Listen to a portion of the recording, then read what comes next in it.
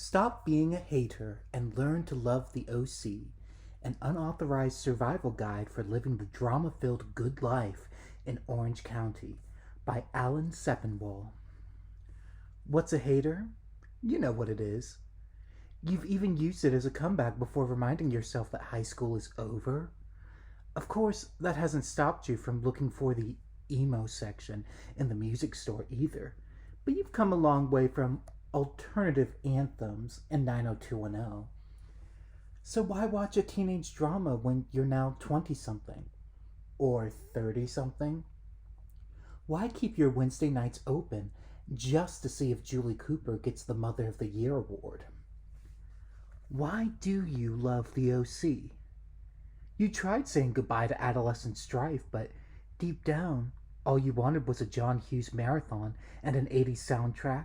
And then, like a gift from the TV gods, along came the smartest hour on television since Donna Martin graduated. It knows what came before it, and best of all, it truly gets itself. Alan Sepinwall gets it too.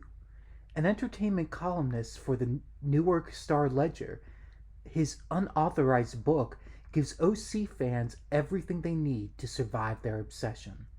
Featuring interviews with series creator Josh Schwartz, unanswered questions, life lessons, and a handbook for living life to the fullest in sunny SoCal. A guide to guilty pleasures for fans of all ages to keep up to date with the show's witty references and defend their claims that it's more than just a soap opera. It's a way of life. Introduction. Surviving our obsession with the OC. Hi, my name is Alan, and I'm an OC-aholic. I'm 30 years old, with a wife, a baby, and a little house in the suburbs. What the hell am I doing spending my Wednesday nights glued to a soap opera about pretty teenagers and their parents in a posh gated community? Your demographics may not match mine exactly, but if you're reading this book, chances are you haven't seen the inside of a high school classroom in quite a while. So why are you, like me, so wrapped up in the lives of Ryan, Seth, Marissa, Summer, and the rest? Shouldn't we have outgrown this stuff by now? Are we watching because we don't want to admit we've outgrown it? Is it just nostalgia for the trash of our youth? For the Beverly Hills 90210 or Melrose Place or Dynasty or Dallas flavor we've been missing? Maybe a little. But if nostalgia was all it took for a show to take off, then tacky, boring, blatant Melrose knockoffs like Titans and Pacific Palisades would have been monster hits instead of ratings roadkill. If Pretty Young Things were all it took to grab an age-fearing audience, the WB would be the most popular channel on television, which it ain't. No, there's a lot more to why we all feel so welcome in the OC. For starters, the people behind the camera know what they're doing. It would be so easy for the OC's producers to half-ass it. All they really needed to do to get on the air was take equal parts 90210 and Melrose, mix them together, and pitch the concoction to Fox execs who haven't had a water cooler scripted hit since Ally McBeal. But the OC team didn't settle for recycled hack work. A lot of that drive comes from the man who created this world we've come to know and love. That would be Josh Schwartz, who at the time he wrote the pilot script was a 26-year-old whose total series TV work experience to that point was, oh yeah, nothing. 26-year-olds who haven't worked on other series aren't supposed to be able to create a television show, let alone a good show, and get it on the air. It just doesn't happen. Schwartz, whose personality and taste bear more than a passing resemblance to one Seth Cohen, hit the bullseye on his first shot because of skill and effort more than luck. He wrote nearly half of the season's scripts and kibitzed heavily on the rest, showing the kind of manic work ethic usually reserved for eccentric middle-aged writers like David E. Kelly. He has an ear for the way teenagers speak and the slang he makes up. For example, the title of the show, since no one in Orange County used to refer to it as The OC, is catchy enough to wind its way into use by real-life Seths and Summers. His main influences aren't 90210 or Melrose, he says, but richer, less obviously commercial shows like Freaks and Geeks, My So-Called Life, and 30-something. Plus, the writings of Cameron Crowe, Say Anything, and Nick Hornby, High Fidelity. If you have to steal, steal from the best. Helping Schwartz get his vision on the air were a couple of directors who didn't even need to be bothering with series television. McG, Joseph McGinty Nicol is the name on his birth certificate, made one of the few TV to movie adaptations that was actually better than the original with Charlie's Angels, and he's in line to make the next Superman flick, which would be music to Seth Cohen's ears.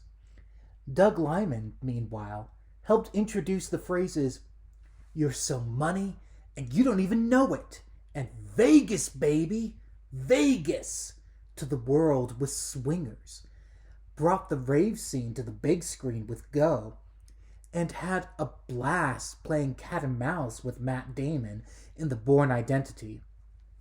Lyman hasn't directed an episode past the first two, and McG hasn't directed any, but the two men helped establish a slick look for the show, and both have lots of experience telling stories about young people without pandering. Plus, without their clout, Josh Schwartz probably wouldn't have gotten his foot in the door at Fox. So do the people in front of it. Casts as good as the one assembled for the OC don't usually wind up on a show like this.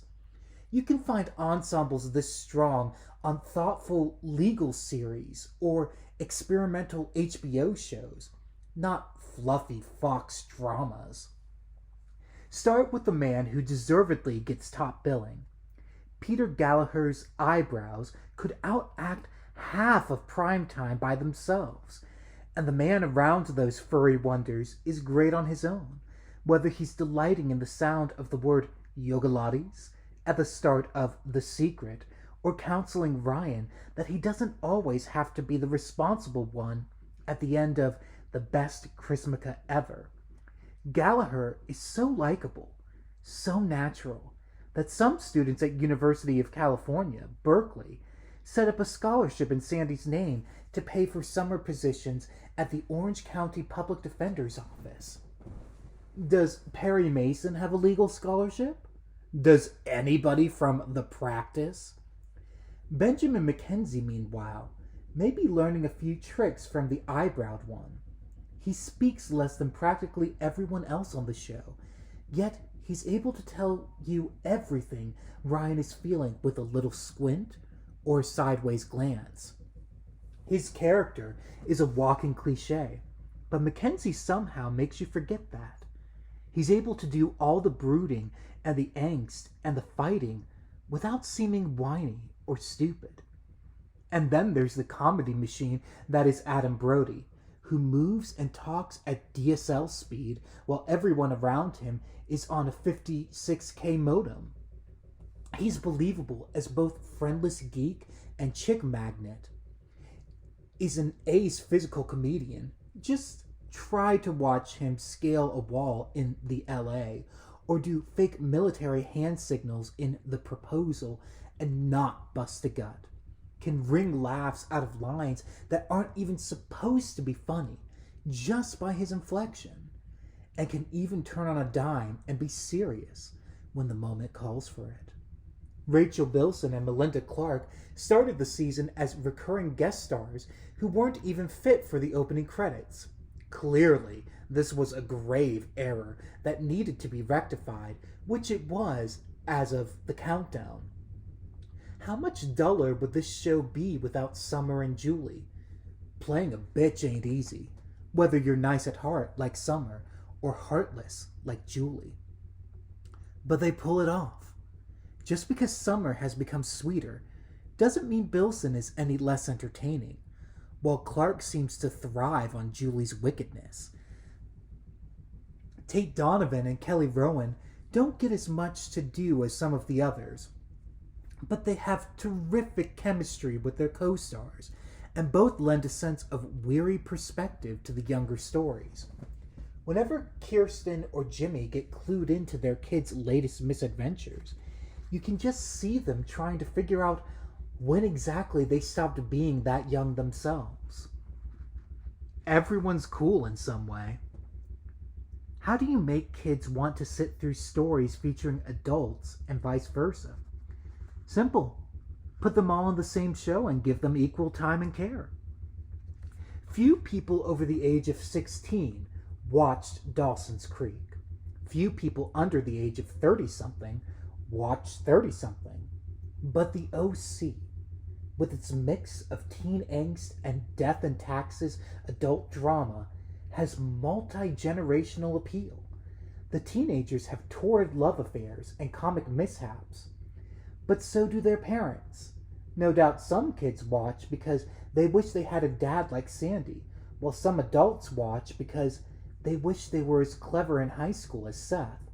And there's probably a senior citizen contingent out there rooting for that evil silver fox, Caleb Nickel.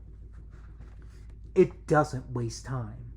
Well, arguably the show wasted 6 hours on Oliver, but overall, Schwartz and company don't mess around. Even when you know where a story is going, they get there weeks or even years ahead of when you expect them to.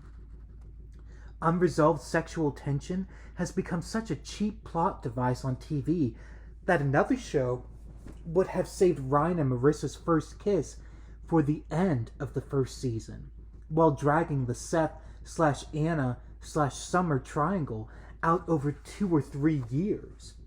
The OC paired Ryan and Marissa off by November, got through with Seth and Anna in 5 episodes, and had Seth and Summer in bed together the week after that. The idea of uniting chief villains Julie and Caleb in an unholy romantic alliance might not have occurred to writers on another show until the 5th season. Schwartz and company got to it by episode 12 and married them off 3 episodes after he put a ring on her finger. Now, there's a reason most shows move so slowly through these kinds of plots. Filling up 22 plus hours a year for 5 years or more is a lot of work. And even the best series start running out of ideas by year 3 or 4. Maybe Schwartz is moving so fast with this stuff that the OC will crash and burn by the midway point of season 2. But at least the ride there is going to be a lot more fun. You laugh with it, not at it. How many soap operas are funny? Not funny in an, I can't believe how corny this is, or, oh no, she did not just say that way, but in a genuinely funny, that Summer cracks me up kind of way. Not many. The jokes on the OC are better than the ones you hear on most so-called TV comedies these days, whether it's Seth and Sandy's mortifying birds and bees talk in The Heartbreak, or Summer trying to master the 4 questions of Passover in The Nana. But the show often aims its sharpest barbs right back at itself.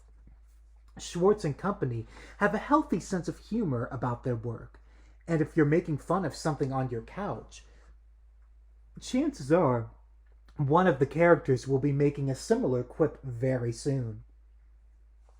Not many producing teams would be willing to put together an in-joke fest like the LA ever, let alone midway through the first season. Occasionally, the yucks are accidental.